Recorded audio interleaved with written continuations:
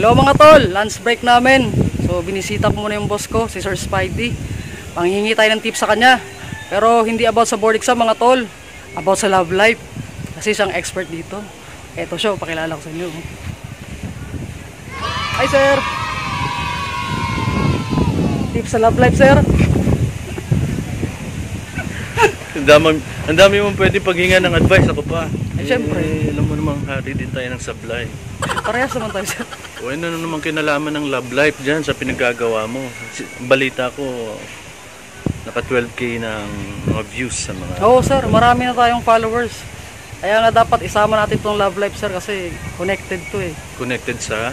Sa pag-aaral sir, kasi maraming mga nasisira yung pag-aaral dahil dyan sa love life na yan. O bakit naman masisira? Kaya nga may love life para inspirasyon mo. Ayun nga sir dapat inspirasyon pero nakakasira sa iba. Hindi nila alam sir kung paano i-handle kasi yung nila, emotion. O di para, hindi wag ka mag-love life. Kasi hindi mapigilan sir eh. Oo, ganun ba? Kaya nga yung love life yung gusto naming malaman kung paano mo i-handle yan. Sablay nga ako dyan eh. Oh, sige, ganito. Number 1. Okay. Pag may boyfriend ka o girlfriend, hindi gawin mong inspirasyon. Kailangan maintindihan niya na yung ginagawa mong pagsisikap ay para sa kanya. Wow! Kasi naman, kapag katulad yan, yung nagre-review. Yes sir. Oh, pag nagre-review ka, pagkatapos yung girlfriend mo, nagtatantrums kasi wala kang panahon sa kanya. Yan, nangyayari yan. Sasakit ang ulo mo. Diba? Kailangan maintindihan niya.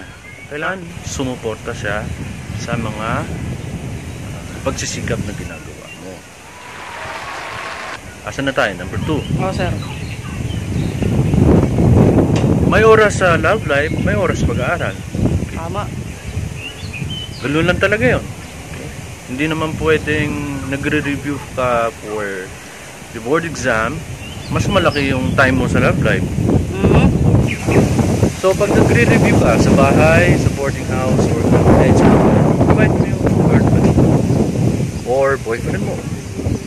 Pwede. Dumaan muna kayo ng 7-Eleven, bumili kayo ng kung ano-ano para wala nang labasan, wala nang rason para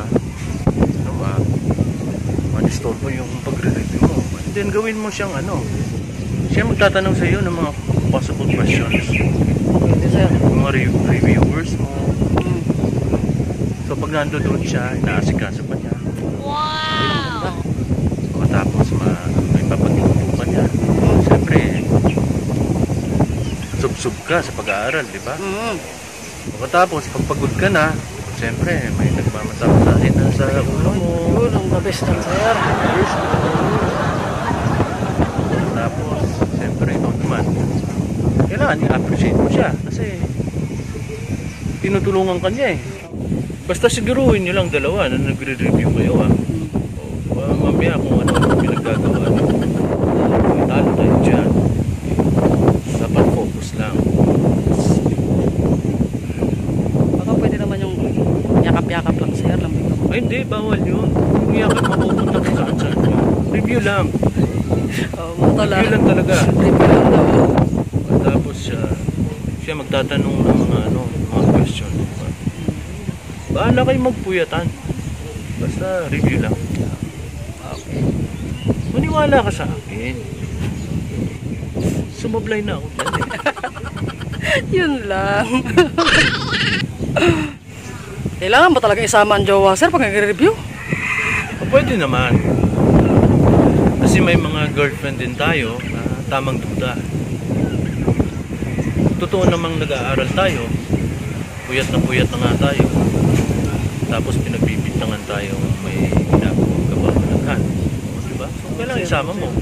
Ngayon kung yung boyfriend ko ganitong itsura, bakit duda talaga? And then last but not least, pray. Magdasal ka. When you wake up in the morning, pray. Pagbuklat mo ng libro mo o ng mga reviewers mo, pray. Pagsara mo ng mga libro, dasal. Pagligo, dasal. Tama sir, tama sir. Hanggang sa gabi, dasal. Kasi the best yan.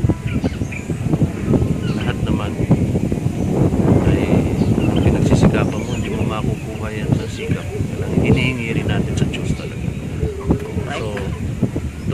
pray because it's yung success mo